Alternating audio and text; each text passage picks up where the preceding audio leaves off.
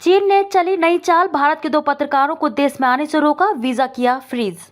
चीन ने भारत के 2 पत्रकारों को अपने देश में एंट्री करने से रोक दिया है। चीन की ओर से यह कदम ऐसे समय में उठाया है जब कुछ हफ्ते पहले भारत ने पड़ोसी मुल्क के एक पत्रकार को देश छोड़ने का निर्देश दिया था। लोगों ने कहा कि बीजिंग में सरकारी प्रसार भारत की प्रतिनिधि अंशुमन मिश्रा और द हिंदू के संवाददाता अनंत कृष्णन को चीनी अधिकारियों ने सूचित किया कि उन्हें चीन वापस नहीं जाना चाहिए क्योंकि उनके वीजा फ्रीज कर दिए गए हैं। मिश्रा और कृष्णन दोनों हाल ही में निजी कारणों से भारत आए थे।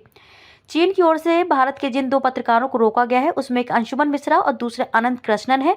ये दोनों पत्रकार अलग अलग संस्थानों के हैं। फिलहाल इस मुद्दे को लेकर भारत सरकार की ओर से कोई बयान सामने नहीं आया है।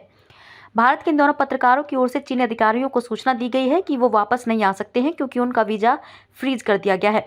ये दोनों पत्रकार हाल ही में निजी कारणों से भारत आए थे। अब इन्हें चीन लौटना था, लेकिन उससे पहले ही चीन ने नई चाल चल दी।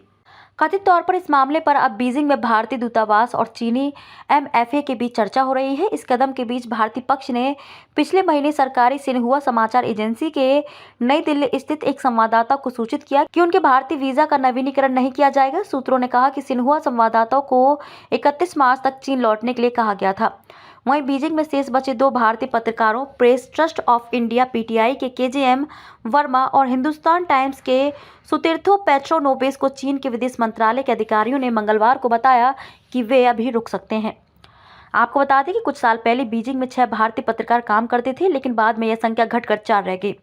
पिछले कुछ वर्षों में मुट्ठी भर भारतीय पत्रकारों को ही चीनी अधिकारियों द्वारा फेलोशिप दी गई, जिससे उन्हें चीन में रहने और अपने मीडिया संगठनों के लिए रिपोर्ट करने की अनुमति मिली।